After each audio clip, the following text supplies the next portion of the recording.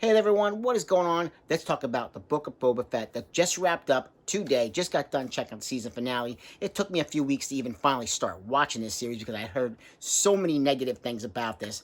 And honestly, yes, the first episode or two, they do drag quite a bit, trying to find its footing, not really knowing, what's going to happen with this series. But basically what you have, and be forewarned, there will be some spoilers with this. So if you haven't seen the season finale or any of the episodes, stop the video, go check it out, come on back and finish it. So basically how this thing starts is Boba Fett, he's rescued. I want to say he's captured basically by the Tusken Raiders, but he actually winds up, in the long run befriending this group of Raiders. And they kind of teach him their way, and he becomes almost like a family to him.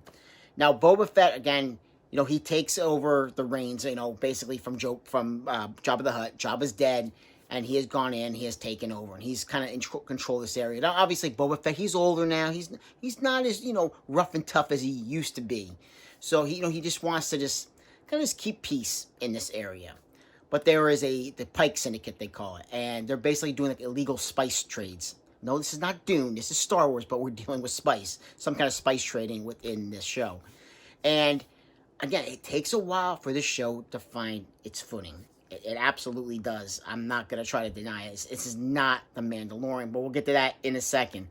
Because by episode 5, and episode 4, I would say towards the end of episode 3 into 4, things kind of start getting a little bit better. It's a little bit smoother. But the show still, what kind of direction is this going to go? By the time we get to episode 5, this becomes Mandalorian 2.5, basically. Bryce Dallas Howard directs this episode, and she has directed episodes in the past for The Mandalorian, and I would like to see more episodes. I think she's fantastic. I think she does a really good job directing these Star Wars episodes. I really do. But episode 5, this is all Mando. The Mandalorian returns in this episode, and kind of basically leading the way, showing that he's gonna join back up with Boba Fett to help Boba Fett in his cause to take care of this this syndicate. But this episode, again, heavily, it's all Mando. I mean, it's not even heavily, it's all Mando. It's like it's an extra episode of The Mandalorian, basically. So within episode 5 and 6, now let's get to episode 6. This is just we get just a few seconds. I mean, a few seconds of Boba Fett. It's a Boba Fett show, but it's just a few seconds of him in this episode. This one's heavily Baby Grogu. Grogu has returned. I love me some Baby Grogu. And, he's in this episode. I'm not going to get into too many things of what has happened. But there are, again, some spoilers, though. Again, Luke is in this. We have Skywalker in this one. Now, the deepfake CGI that they are using, worlds above what they did at the end of the Mandalorian season finale for season 2. Incredible. It looks so good and so real. It's amazing. It's amazing. And by the time we get to the end of episode 6, because Mando shows up where Grogu is, he doesn't get to see Grogu, but he leaves a gift. Because Ahsoka, Rosario Dawson, does make an appearance, and she takes this gift that Mando is bringing for Grogu. And it kind of leaves off, Grogu has to make a decision. Luke leaves him with a choice. Take the Jedi way or return to Mando. Return to the Mandalorian. So, again, Grogu has to make a decision. That brings us to the season finale. Now, one other character we do, we have Stanton. He is a big freaking Wookiee, and I love the Wookiees. No, he's not Chewie, but he does rip somebody's freaking arm off in this series, and he is a badass, and I really like this character quite a bit. I do. I still love Chewie, but this character is pretty freaking cool, too. So, and we also have some characters, a group of modded characters. Basically, they're people who have modded their bodies. One guy, he has his modded is one eye, so he can kind of like a telescoping lens. One girl has like a modded droid arm. I was really getting droid vibes. Yes, no C-3PO or R2-D2, but this definitely had just the way these characters look. They look like they were definitely just picked. Obviously not characters from the Droids cartoon, but they absolutely could have been in that series, without a doubt. I got that feel and that vibe from them. Leave a comment if you got the same vibe from seeing them. If you definitely pick up on that Droids type of feel from them. But again, see episode 7. Now this is when war is going to break out.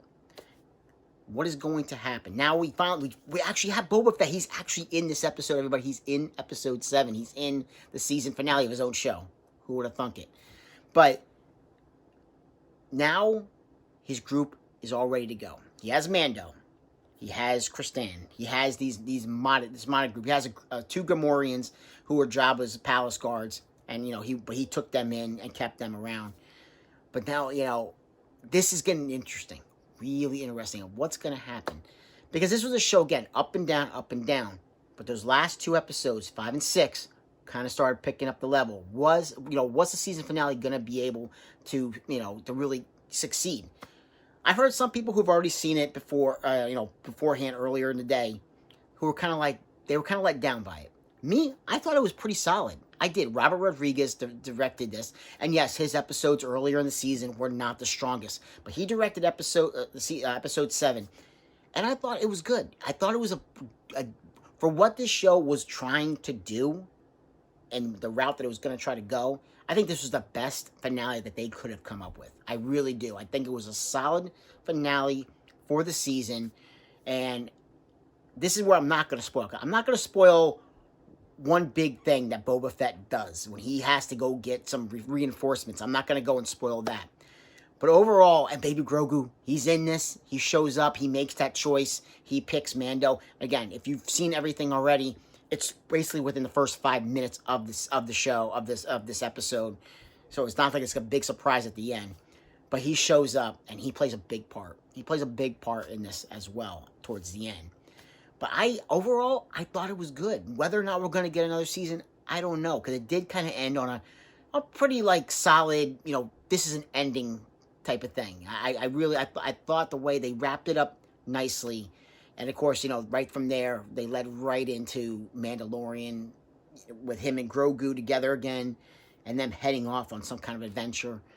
But overall, I thought it was a good series. Not the Mandalorian, but I thought for what it was trying to do, I thought it started off slow, but it definitely picked up the pace towards the end. And I thought it was anytime you can see Baby Grogu or an X-Wing or some kind of Wookiee, that's a good thing for me. I love it. Those are 3 things in Star Wars that I absolutely love. So I thought that was great. And Mando, again, he takes over the screen. Even when he's there with Boba Fett, it just feels like Boba Fett becomes a secondary character to Mando. I do enjoy the Mandalorian character. I really do. So that is my quick little wrap up, basically, for the season of Boba Fett, the book of Boba Fett. Now, what are we going to do? We're going to get into, the Obi-Wan Kenobi show that's possibly going to be coming very soon, hopefully. I don't know. But I think this one, coming from The Mandalorian, this one was a little bit of a letdown, step down from that.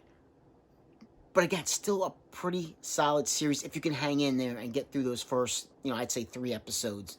Once you get through there, I think things start going uphill. So, like, subscribe, and comment if you get the chance, and I will catch you in another episode. Take care.